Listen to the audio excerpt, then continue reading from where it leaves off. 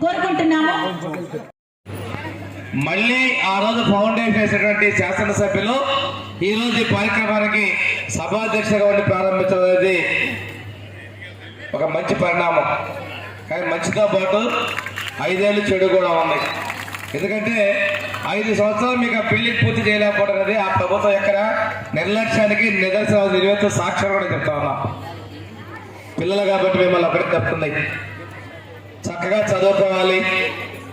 మీ తల్లిదండ్రులు మీ ప్రేమని మమకారాన్ని దూరంగా పెట్టి మీకు మంచి ఉన్నత స్థాయిలో మీరు ఉండాలనేటువంటి ఒక మహోన్నత లక్ష్యంతో వాళ్ళు మిమ్మల్ని ఇక్కడ పెట్టి చదివిస్తున్నారు.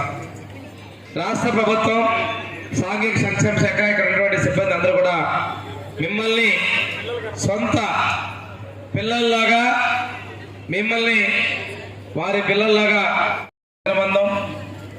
ఆనాడు అన్న ఎన్టీ రామారావు గారు ఈ రాష్ట్రంలో ఇటువంటి గురుకులాలు పాత రోజుల్లో, ఈరోజు సుమారుగా 190 గురుకుల పాఠశాలతో ఈ రాష్ట్రంలో 1,50,000 విద్యార్థులతో మనం ఉన్నాం.